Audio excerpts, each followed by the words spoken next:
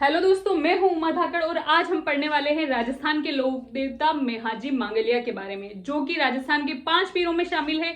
आज हम 5 पीरों को कंप्लीट कर देंगे और कल से फिर अन्य लोक देवताओं के बारे में पढ़ेंगे। ठीक है।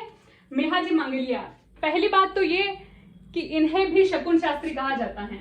शकुन शास्त्री मैंने आपको बताया था कल की हड़बू जी को भी शकुन शास्त्र के ज्ञाता कहा जाता है, शकुन शास्त्री कहा जाता है, भविष्य दृष्टा भी कहा जाता है उन्हें। ठीक है। और चमत्कारी पुरुष मेहाजी मांगलिया को शकुन शास्त्री भी कहा जाता है और राजस्थान के मेरे हिसाब से एकमात्र लोक देवता होंगे जिनका जन्म का स्थान और पिताजी का नाम दोनों ही विवादास्पद स्थिति में है।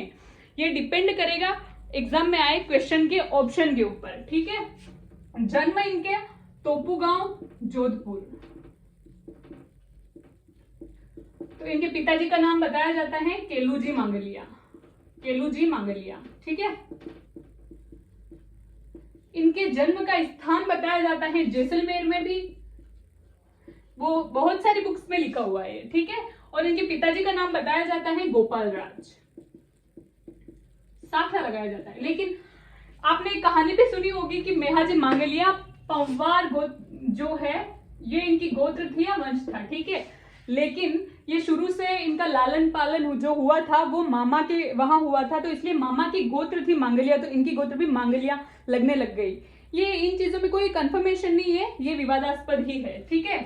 ये चीज हो गई। घोड़े का नाम आता है तो वो है किरण काबरा।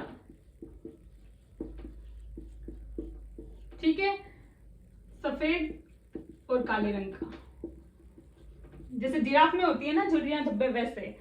मंदिर या फिर इनसे संबंधित स्थान आता है, संबंधित स्थान, तो वो है बापिणी जोधपुर में। इनका मंदिर बना हुआ है बापिणी जोधपुर में। मेला कब लगता है? कृष्ण जन्माष्टमी को। ठीक है। मेला कृष्ण जन्माष्टमी कब आती है? कृष्ण जन्माष्टमी भाद्रपद कृष्ण अष्टमी को। जब जन्माष्टमी भाद्रपद कृष्ण अष्टमी को आती है तो राधाष्टमी कब आती है?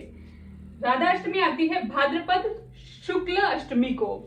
कृष्ण काले तो कृष्ण अष्टमी, राधा गौरी तो शुक्ल अष्टमी। ठीक है। एक ही महीना है भाद्रपद। बहन है इनकी, धर्म की बहन है, उसका नाम है पाना गुजरी।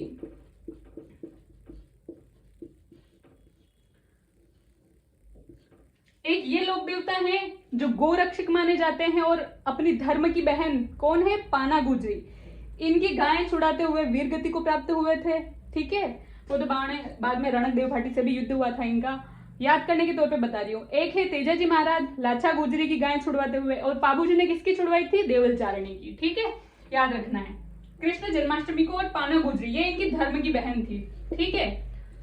ग्रंथ की बात आती है तो ग्रंथ है इनका वीर मेहा प्रकाश, वीर मेहा प्रकाश। किसने लिखी थी? जसदान बिट्ठू ने, जसदान बिट्ठू ने। ठीक है।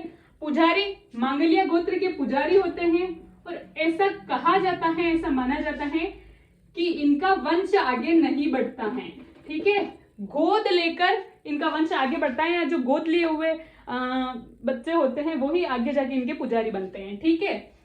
ऐसी बात मेरे को भी कोई कम समझ में आई, क्योंकि क्या शादी नहीं करते हैं, और शादी करते हैं तो फिर बच्चे कैसे? ठीक है। चलो, समकालीन। ठीक है। ये थे राव चूड़ा, मारवाड़ के राजा थे राव चूड़ा, इनके समकालीन। गोगा जी तो थे वो महमूद गजनेवी के समकालीन थे। कल मैंने पढ़ाया लोक देवता हड़बू जी, वो राव जोधा के समकालीन थे। और मेहाजी मांगलिया वो समकालीन थे किसके? मारवाड़ के राजा राव चूड़ा के। ठीक है। इनको भी जीत का आशीर्वाद दिया था और तलवार भेंट करी थी। किसने? मेहाजी मांगलिया ने। हड़बू जी ने किसको कटार भेंट करी थी? राव जोधा को। ठीक है।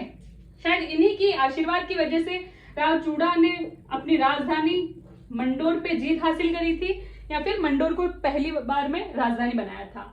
यह चीज यहीं खत्म होती है। धन्यवाद।